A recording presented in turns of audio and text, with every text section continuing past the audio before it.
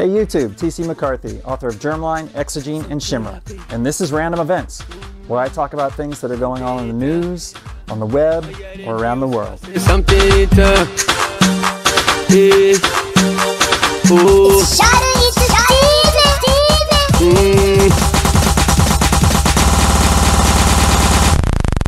Ebola, Ebola, don't touch your friend, no touching, no eating something dangerous. Hey YouTube, welcome to Random Events. We're going to be talking about Ebola. The deadly disease featured in the 1990s movie with Dustin Hoffman, Outbreak, is spreading across Africa and is now getting out of control, and that disease is Ebola. As of 15 July 2014, the World Health Organization indicated that the total number of suspected, possible, and confirmed cases totaled in the 900s, and of that number, deaths totaled 603. There are 5 different strains of Ebola, or 5 different types. We're only going to really talk about 3. The virus itself was named after the Ebola River in Zaire. In 1976, the first outbreak of Ebola occurred in Sudan and infected 284 people with a mortality rate that approached about 53%. A few months later, the second outbreak occurred in Ebola Zaire, and this strain was named Ebola Zaire and currently is the most lethal one known, with mortality rates that approached about 88% to 90%. Although people have some ideas as to what the reservoir is for Ebola, really at this point nobody's confirmed the reservoir, whether it hides in monkeys, bats, caves. People really aren't 100% sure. The third strain we're going to just mention a couple of times is Ebola Reston, named after the city in Virginia, the United States, Reston. And this is a strain of the disease that is airborne, which is a little bit scary, but fortunately it doesn't cause the hemorrhagic fever, which is really what kills a lot of people, what leads to the high mortality rates in the strains that are found in Africa. How does it kill? Ebola is in the filovirus family and is usually about 920 nanometers long and about 80 nanometers wide.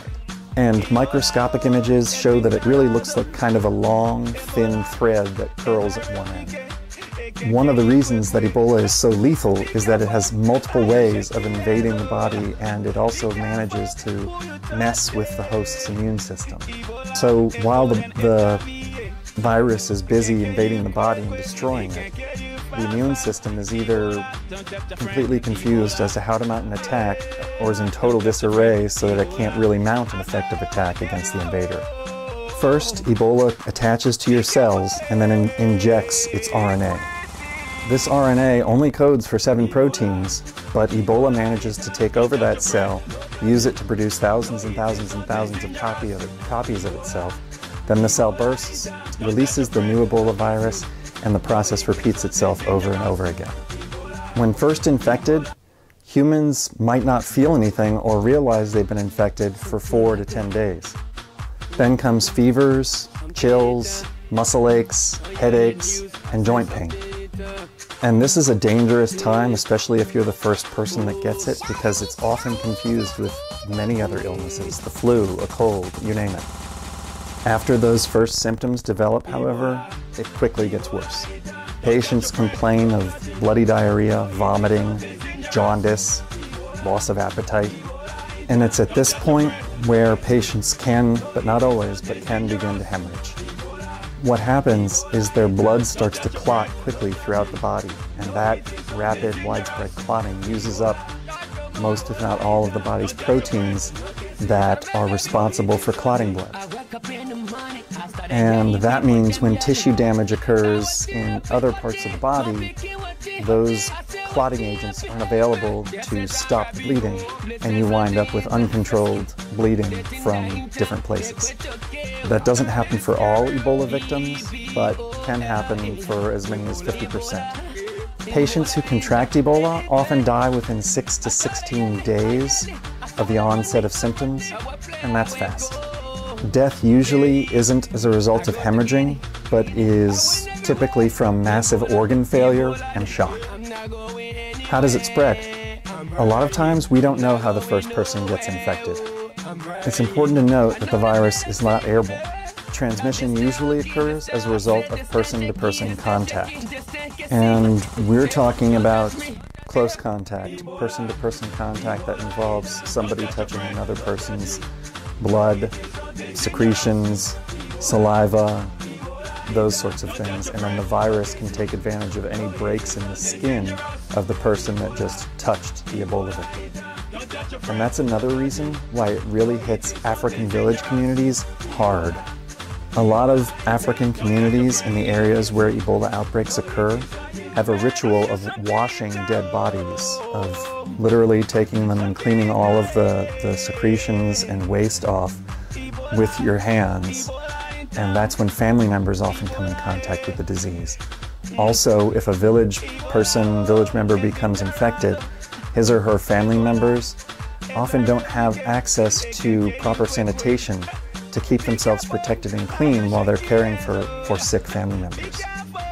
And again, you can't get Ebola just by walking through an area where people who have Ebola are present. Ebola restin is the only one that we know of that's airborne, and that one does not cause hemorrhagic fever.